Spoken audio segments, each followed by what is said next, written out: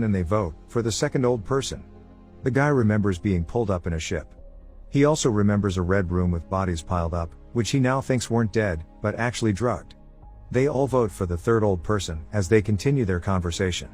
The fourth old person says he also remembers something, maybe the aliens, how they spoke and what they looked like. Some of the people don't believe him, thinking he's lying to save himself. But he gets zapped. Hat guy asks who'll be the next in line to get zapped. They point to the hat lady, asking her how old she is. The fact that she's only 52 changes the minds of the others. She tells them that she had cancer, but she beat it. Blue Hoodie thinks that since she is more likely to die than the rest of them, she should be next. A doctor interjects, saying that's not true. To that, Blue Hoodie says that since she's over 50 she needs to go, but some of the others disagree, wondering how low the age limit would get eventually. Blue Hoodie tries to convince them of his strategy to no avail. They kill him. Cancer Lady suggests that they should start figuring out why they were chosen for the circle. Though some of the others think that it was a random scenario.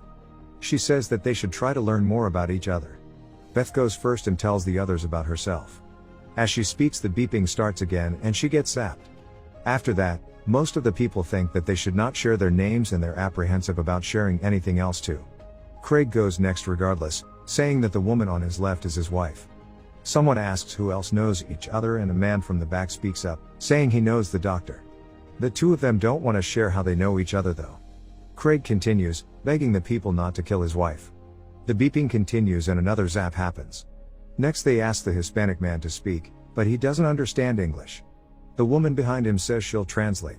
She asks him about his family and he says that he has 3 daughters down in Mexico. Red Tie Man starts the conversation about illegal immigrants, but the man in the flannel shirt asks him if he would need a green card to get abducted by aliens. They tell the translator to ask him if he was in the US legally and he says no. The beeping continues, but it zaps a young girl in the front row. To the surprise of some, the cop recognizes a guy from the front row, Raul, because he beat up his own girlfriend. Cancer Lady asks if he's sure it was him.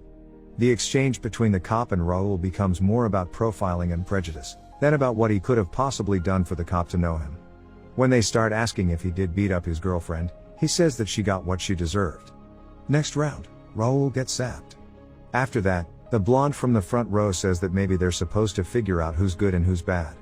She says there must be a reason why they're there, but the man next to her doesn't agree, saying that maybe the whole point is for them to kill each other while the aliens watch. However, the blonde guy behind her interprets her question as figuring out who deserves to live. So they wonder what they should base it on, while the beeping continues. It zaps the Muslim woman from the front row.